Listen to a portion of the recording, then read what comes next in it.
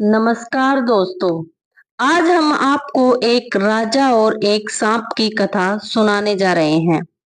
अगर आपको कथा पसंद आए तो हमारे चैनल स्टोरी बाय अधिक को जरूर से सब्सक्राइब कर ले।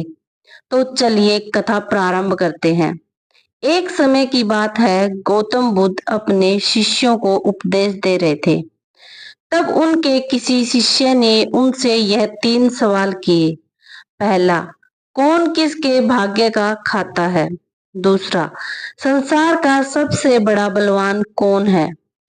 तीसरा, जो अपनी बात से मुकर जाता है उसका अंत में क्या अंजाम होता है?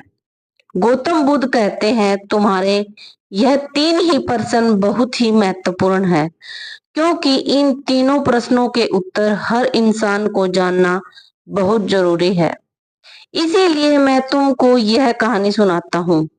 उस कहानी में तुमको तुम्हारे इन तीनों प्रश्नों के जवाब मिल जाएंगे। कृपया तुम कहानी को ध्यान लगाकर सुनना। एक जंगल में एक विशाल पीपल का वृक्ष था। उस पीपल पर एक बाज पक्षी रहता था। उस पीपल से थोड़ी ही दूर पर एक बिल था। उस बिल में एक सांप रहता था। फिर एक दिन जैसे ही सांप बिल से बाहर निकलने लगा, तो उस सांप को वह बाज पक्षी देख रहा था। जब सांप बिल से बाहर निकलने लगा तो उसी समय बाज सांप पर झपटा, परंतु सांप अपने बिल से ज्यादा बाहर नहीं आया, इसीलिए वह वापस बिल में चला गया। थोड़ी देर बाद सांप ने अपना मुंह बिल से बाहर निकाला और देखने लगा कि बाज पक्षी यहीं पर है या कहीं चला गया। फिर वह बाज पक्षी दोबारा उस सांप पर झपटा, परंतु वह फिर से वापस अपने बिल के अंदर छुप गया। जैसे ही सर्प अपने बिल से मुंह बाहर निकालता, तो बाज उस पर हमला करता और उसे उठा ले जाने की कोशिश करता। बाज मन में सोच रहा था कि जब भी यह बाहर निकलेगा तो मैं इसे अपना भोजन बना लूंगा, और सांप उस बाज के डर से बिल में छुपा रहता। जब सांप को उस बिल में रहते हुए काफी समय हो जाता है, तो सांप मन में विचार करने लगता है कि यदि राजा संग्राम कहीं से आ जाए तो वह दूसरों के कष्टों का हरण कर लेते हैं, और राजा संग्राम ही ऐसे हैं जो मुझे उस बात से बचा सकते हैं।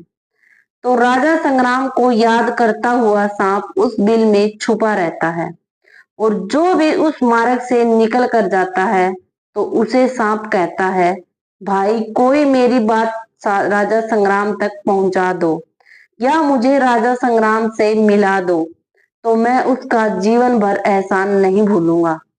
फिर एक दिन राजा संग्राम, जो दूसरों के दुखों को दूर करते थे, वह जंगल में जा रहे थे और उसी मार्ग से निकल कर जा रहे थे।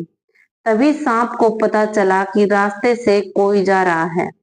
तो वह सांप बिल के अंदर से ही कहने लगा, भाई कोई मुझे राजा संग्राम से मिला दे, तो मैं उसका जीवन भर एहसान मंद रहूंगा। यह बात जब राजा संग्राम ने सुनी तो राजा संग्राम कहने लगा, क्यों भाई, आपको राजा संग्राम से क्या काम है? तो सांप कहने लगा, देखो भाई, राजा संग्राम दूसरों के दुखों का हरण करते हैं, और मैं बहुत दिनों से इसी बिल में पड़ा हुआ हूँ। मैं बहुत दुखी हूँ। यदि मैं इस बिल से बाहर निकलता हूँ तो इस वृक्ष पर एक बाज पक्षी रहता है। वह बाज मुझ पर उसी समय हमला करता है, इसीलिए मैं इस बिल से बाहर नहीं निकलता हूँ, और ना ही मुझे कुछ खाने को मिलता है। मैं ऐसे ही इस बिल में पड़ा हुआ हूँ, ऐसे ही अपना जीवन व्यतीत कर रहा हूँ। राजा संग्राम कहने लगे कि हे सांप राज, मैं ही राजा संग्राम हूँ, बताओ तुम्हारा कष्ट का निवारण कैसे करूं?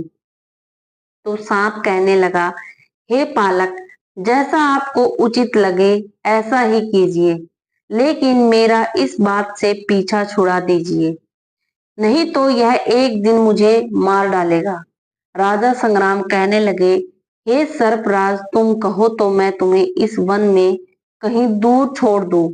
सांप कहने लगा, महाराज, जब आप मुझे दूर छोड़ने जाओगे तो यह बाज मुझे देख लेगा और यह वहीं पर जाकर फिर से बैठ जाएगा और मौका मिलते ही यह मुझे मार डालेगा। राजन, आप मुझे कुछ समय के लिए अपने अंदर बिठा लीजिए, अपने पेट में बैठने के लिए मुझे स्थान दे दीजिए। जब इस बाज को पता नहीं चलेगा कि सांप कहाँ गया और मैं तुम्हारे साथ इस वन से बहुत दूर चला जाऊंगा और आगे जाने के बाद मैं तुम्हारे पेट से बाहर आ जाऊंगा। राजा संग्राम कहने लगे, ठीक है सांप, आज आप मेरे पेट में प्रवेश कर जाइए। राजा संग्राम अपना मुंह खोलते हैं और वह सांप राजा संग्राम के पेट में प्रवेश कर जाता है और राजा संग्राम के पेट में जाकर बैठ जाता है। जब राजा संग्राम वन में आगे गए और आगे काफी दूर पहुंचने के बाद उस सांप से कहने लगे कि हे नागराज, अब आप मेरे पेट से बाहर आ जाइए। अब यह सुनसान वन है, इसमें कोई बाज आपको परेशान नहीं करेगा। यह बात सुनकर नागराज कहने लगा कि नहीं महाराज, अब मैं आपके पेट से बाहर निकलने वाला नहीं हूँ। राजा संग्राम ने कहा, क्यों भाई, आपने तो मुझसे यह वादा किया था कि आप मुझे आगे सुनसान वन में छोड़ देना, मैं आपके पेट से बाहर निकल जाऊंगा। अब क्या हुआ, सुनसान वन आ गया, अब आप बाहर निकलिए। सांप कहने लगा कि देखो महाराज, जैसा रहने का आनंद आपके पेट में है वैसा उस बिल में नहीं मिलता। अब मैं तुम्हारे पेट से कभी बाहर नहीं निकलूंगा। राजा संग्राम मन में सोचने लगे कि यह तो बड़ा ही दुष्ट सांप है, अब मैं क्या करूं। और उसके जहर के प्रभाव से महाराज संग्राम का पूरा शरीर कोढ़ से फूटने लगा। महाराज संग्राम के शरीर से कोढ़ निकल आया। राजा संग्राम मन में सोचने लगे कि अब मैं यदि राज्य को वापस जाऊंगा तो यह अभी संभव नहीं है, क्योंकि मैं इस वक्त कोढ़ी हो गया हूँ और मुझे इसी वन में रहकर इस सांप से भी छुटकारा पाना है। यह सोचकर महाराज संग्राम एक वृक्ष के नीचे झोपड़ी बनाकर सो जाते हैं। उनके शरीर से कोढ़ टपकने लगता है और बदबू आने लगी, जो कि सांप का जहर था। सांप कुंडली मारकर राज संग्राम के पेट में बैठा हुआ था। राजा संग्राम उस वन में पड़ी हुई एक कोढ़ी की हालत में था। अब इधर उन्हीं के समय एक प्रसिद्ध जनपद था श्रावस्ती, और श्रावस्ती नगरी के महाराज थे सुबल महाराज। सुबल के 3 पुत्रियां थी और राजा सुबल बड़ा अहंकारी और बड़ा ही अभिमानी राजा था। फिर एक दिन उसने अपनी तीनों बेटियों से पूछा कि बताओ बेटियों, तुम किसके भाग्य का खाती हो। फिर उनमें से 2 बेटियों को तो राजा के डर से कहती है कि पिताजी, हम तो आपके भाग्य का ही खाते हैं। और एक बेटी कहती है कि नहीं पिताजी, मैं तो अपने भाग्य का ही खाती हूँ। तो महाराज उनको सजा सुनाते हैं कि यह जो है इसको किसी कोढ़ी के या किसी ऐसे व्यक्ति के शादी की जाए जो बिल्कुल ही गरीब हो। तो उन्होंने जंगल में एक नाई और एक ब्राह्मण को भेज देते हैं। तो उसे उस जंगल में से वो जा रहे थे, तो उस जंगल में राजा संग्राम अपनी झोपड़ी में कोढ़ी के रूप में पड़े हुए थे। उनके शरीर से कोढ़ बह रहा था। तो राजा संग्राम को देखकर नाई और ब्राह्मण आपस में कहने लगे कि इससे अच्छा तो कोई व्यक्ति हमें नहीं मिलेगा, इसीलिए इसके साथ ही राजा की लड़की का विवाह कर दिया जाए। फिर राजा संग्राम के साथ नाई और ब्राह्मण ने राजा सुबल की लड़की चित्रलेखा का विवाह तय कर दिया और राजा ने भी बहुत जल्दी ही चित्रलेखा को उस वन में ले जाकर वहीं उस कोढ़ी राजा संग्राम के साथ उसका विवाह संपन्न कर दिया।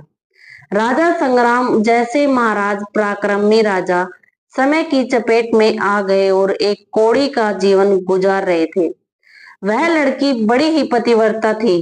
वह अपने पति राजा संग्राम की सेवा करती थी और वह दोनों छोटी बहनें जो भी वह बड़े बड़े राजाओं के घर में गई तो वह तो आराम की जिंदगी जी रही थी, लेकिन चित्रलेखा राजा संग्राम के साथ दुखी जीवन काट रही थी। कहते हैं जो अपने नियम और सिद्धांतों पर रहता है और जो धर्म का पालन करता है, ईश्वर हमेशा उसे सुखी रखना ही पसंद करता है। ईश्वर उसे हमेशा आनंद प्रदान करता है। इसीलिए जब उस झोपड़े में रहते रहते चित्रलेखा को राजा संग्राम के साथ बहुत समय बीत जाता है, तो उस झोपड़ी के पास एक पीपल का वृक्ष था। उस वृक्ष के नीचे एक दूसरा सांप का बिल था। तो एक दिन संग्राम सो रहे थे और रात्रि का समय था और चित्रलेखा महाराज संग्राम की सेवा कर रही थी। उसी समय उस बिल से एक सांप बाहर निकलता है और बाहर निकलकर जो राजा संग्राम के पेट में सांप था, उस सांप से कहने लगता है, अरे दुष्ट, अपने वचन से मुकर गया। तूने तो महाराज संग्राम से कहा था कि मैं दूर वन में जाकर तुम्हारे पेट से बाहर निकल जाऊंगा, और तू ऐसे परोपकारी राजा के पेट में जा करके बैठ गया। तुम्हारे जहर के कारण राजा के पूरे शरीर से कोढ़ निकल आया। अरे तुझे शर्म नहीं आई कि तूने कितना गलत काम किया है? क्योंकि इतने समय में राजा संग्राम ना जाने कितने ही जीवों का दुख दूर करते। वह सिर्फ आगे कहता है, यदि कोई सुन रहा हो तो मैं तेरे मरने का उपाय बताता हूँ। यदि कोई गंगा जल ला करके इस राजा को पिला दे तो तेरे उसी समय 100 टुकड़े हो जाएंगे और मल के रास्ते से बाहर निकल जाएगा। अब राजा के पेट के अंदर बैठा हुआ जो सांप था, वह दूसरे सांप से कहने लगा कि तेरे जैसा भी मैंने कभी नहीं देखा।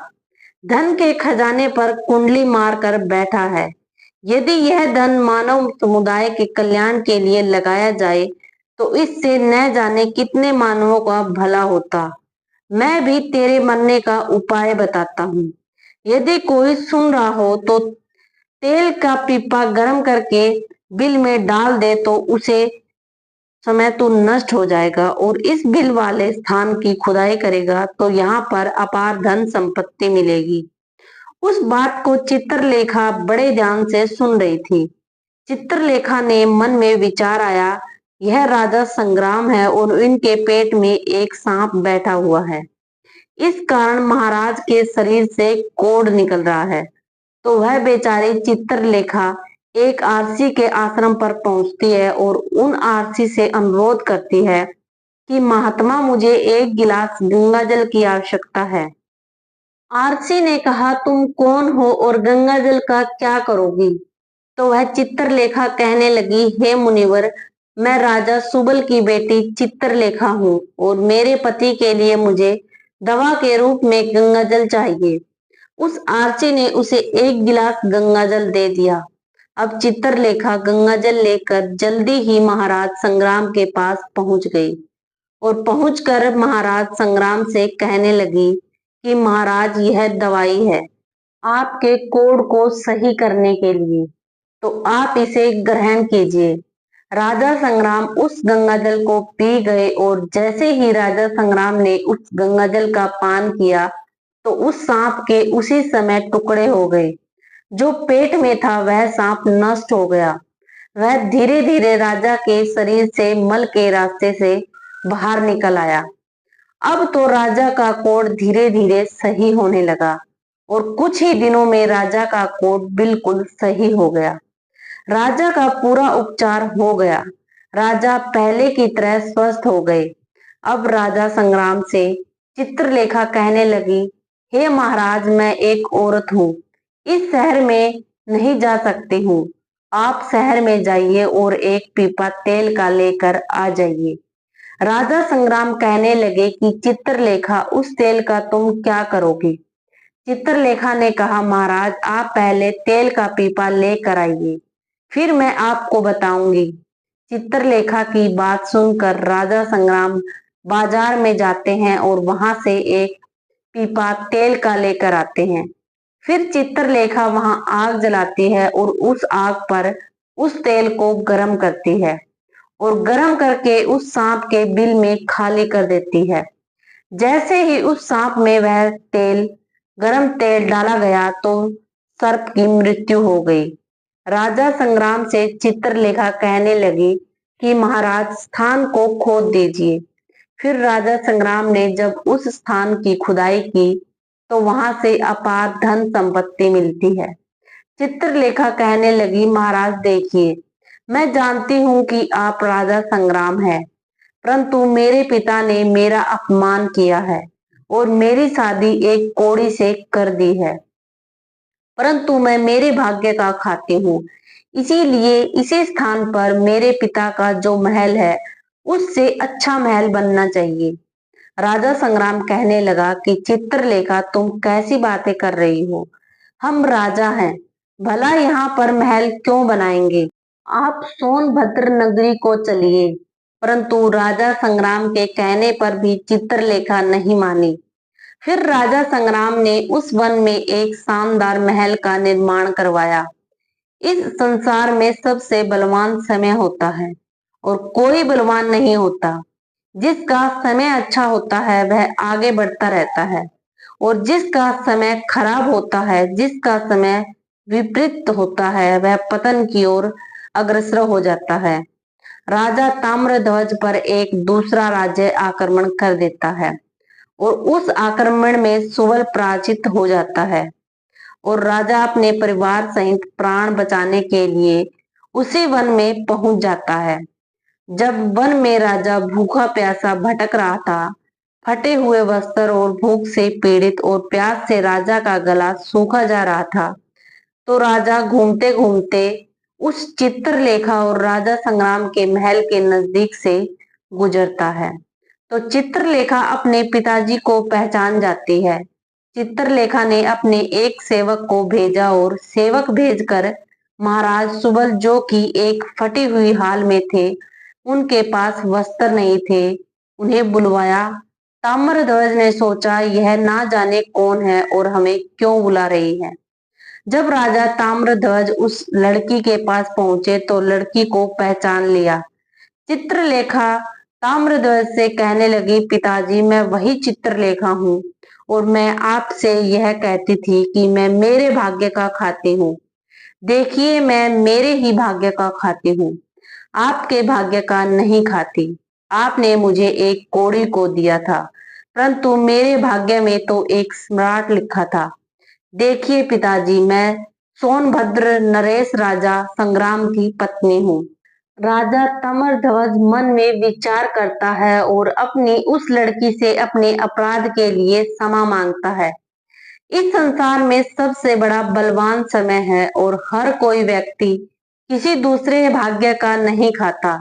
हर कोई यह सोचता है कि यह मेरे भाग्य का खा रहा है। नहीं, कोई किसी के भाग्य का नहीं खाता।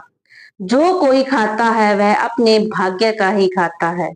हर दाने दाने पर खाने वाले का नाम होता है। आप यह ना सोचें कि हम किसी को खिला रहे हैं। आप किसी को खिलाने वाले कौन होते हैं? इस संसार को खिलाने वाला तो एक ही है और वह है भगवान। जो अपनी बात से मुकर जाता है उसका अंत वही होता है जो राजा संग्राम के पेट में बैठे हुए उस सांप का हुआ था। अंत वह विनाश को प्राप्त होता है। हमेशा सत्य की ही जीत होती है और अधर्मी, अत्याचारी और पापियों का अंत होता है। इस तरीके से राजा संग्राम और उसकी पत्नी चित्रलेखा ने राजा ताम्रध्वज का बड़ा स्वागत किया। वह राजा संग्राम महाराज ताम्रध्वज को अपने साथ सोनभद्र ले गए और राजा संग्राम ने अपनी सेना राजा विकराल के साथ भेजी और जिस राजा ने विकराल को पराजित किया था उससे अपना राज्य वापस पा लिया। जिसकी किस्मत अच्छी होती है, जिसके कर्म अच्छे होते हैं, उसे ईश्वर कहीं ना कहीं से देता है। हम और तुम तो अपने परिवार का पालन करने में भी हिचक जाते हैं, लेकिन इस संसार का पालन करने वाले को देखिए, वह पूरे संसार का हर जीव जंतुओं का ध्यान रखता है। वीडियो अगर पसंद आई हो तो वीडियो को लाइक, शेयर एंड चैनल को सब्सक्राइब करना ना भूलें।